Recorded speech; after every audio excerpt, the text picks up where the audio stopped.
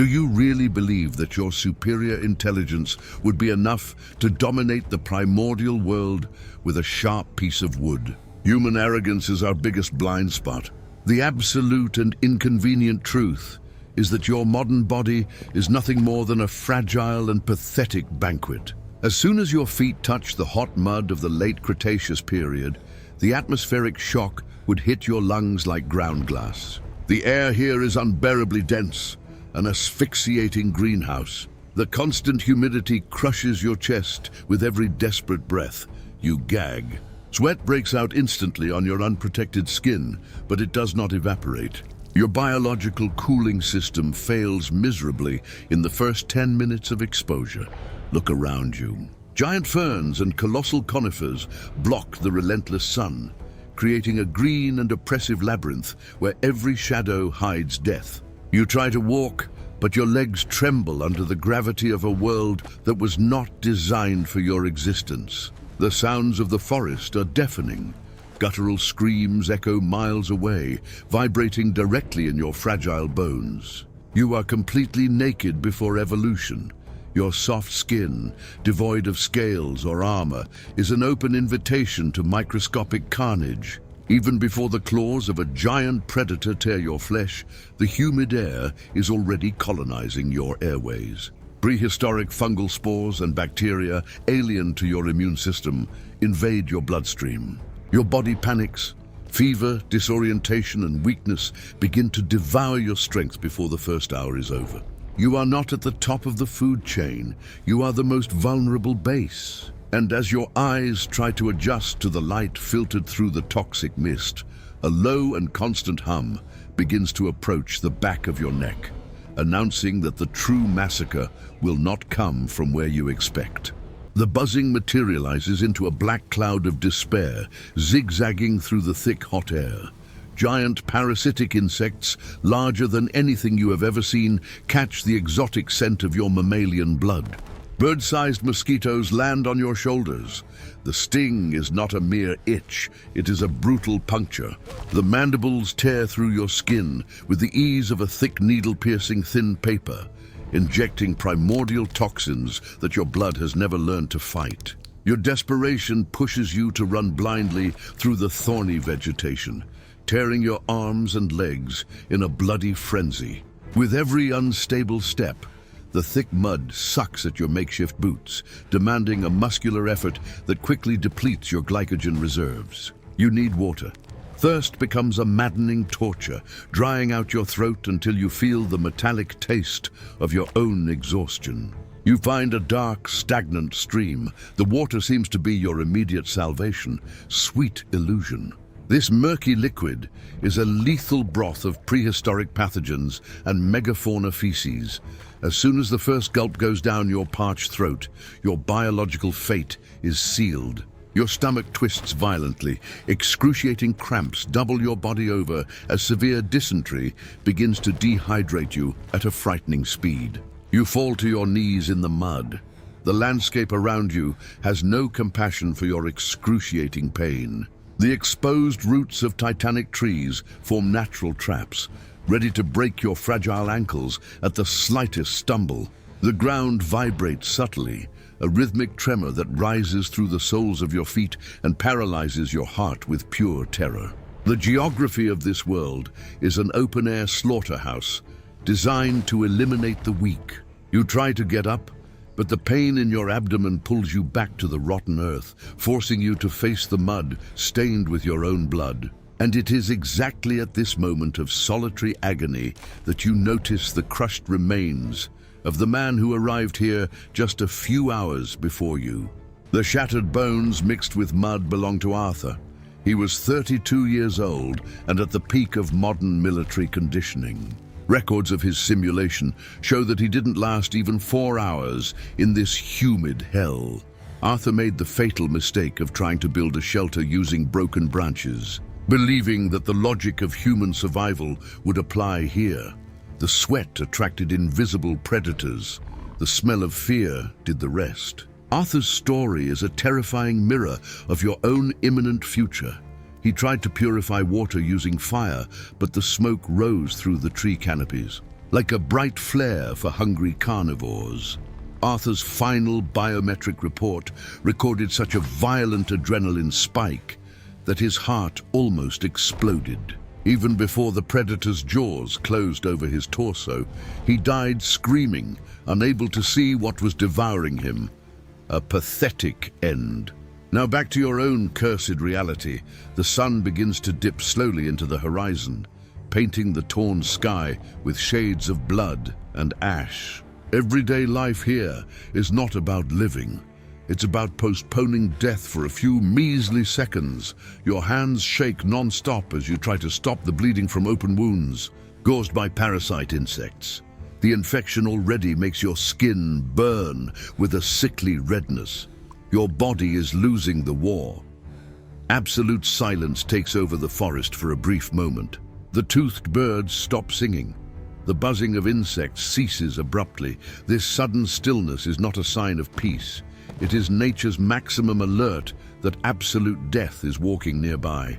You hold your breath.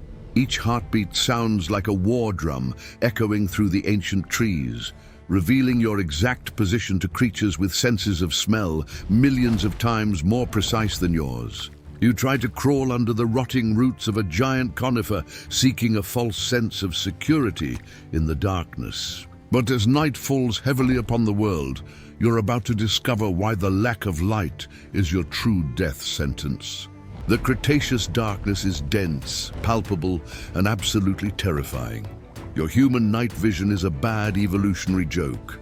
Your eyes, adapted for bright screens and lit streets, become useless spheres of blind flesh the moment the sun disappears. You can't see an inch in front of your own face covered in mud and sweat.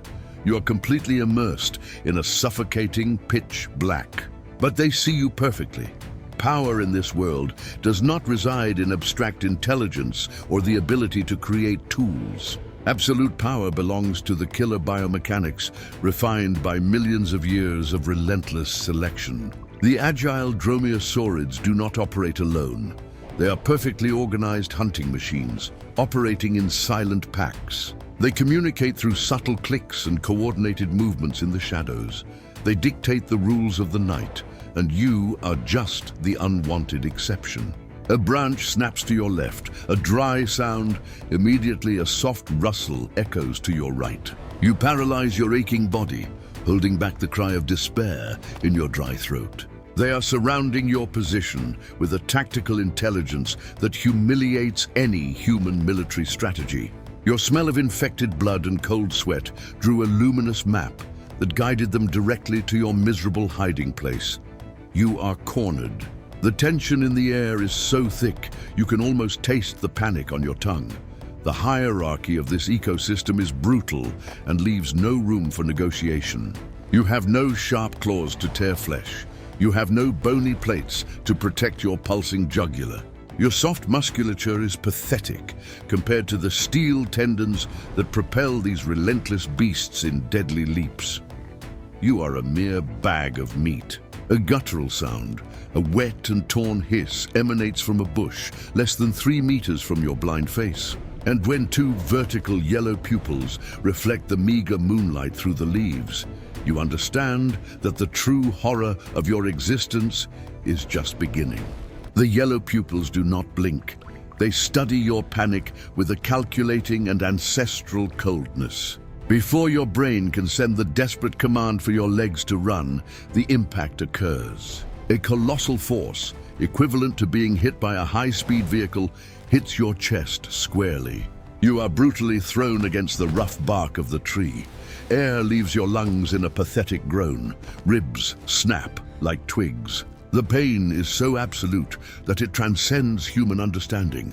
There is no heroism in your fall. There is no epic struggle for survival.